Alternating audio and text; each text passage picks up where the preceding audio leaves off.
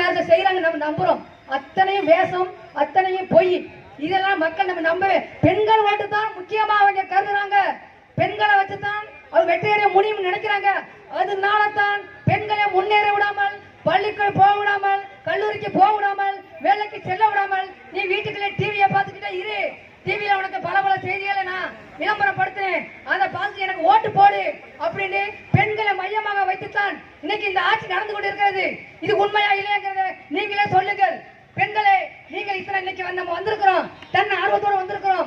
நீங்க எல்லாம் இந்த 2026 வருகின்ற சட்டமன்ற தேர்தல் இன்னும் 100 நாட்கள் கூட இல்லை.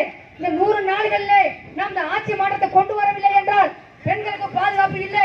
இப்ப நடக்கிறத காட்டிலும் பல மடங்கு நடக்க வாய்ப்பு இருக்கிறது. இன்னைக்கு தெருவில் போகும்போது பெண்களுக்கு பாதுகாப்பு இல்லை.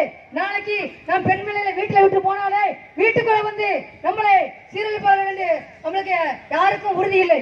அந்த அளவுக்கு இந்த மாநிலத்திலே போதைப் பொருளுக்கு அடிமையாகி இன்னைக்கு நல்லவர் யாரு, கெட்டவர் யாரு, உடன் பிறந்தவர் யாரு அப்படிங்கிறதுக்கு நம்மளுக்கு தெளிவா நம்மளுக்கு கிடைக்கல, பார்க்க முடியல. எதிர வர ஆண் வந்து நல்லவரா கெட்டவரா, அவர் போதையில இருக்காரா அப்படின்னு தெரியல.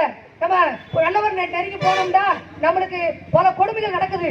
இதெல்லாம் அனுபவித்துக்கிட்டு தானே இருக்கிறோம், பார்த்துக்கிட்டு தானே இருக்கிறோம். ஆனா இப்படிப்பட்ட விஷயங்கள்லாம் டிவியில ரொம்ப காட்ட மாட்டாங்க. ஏண்டா மக்கள் வந்து இதெல்லாம் பார்த்த விருப்பம்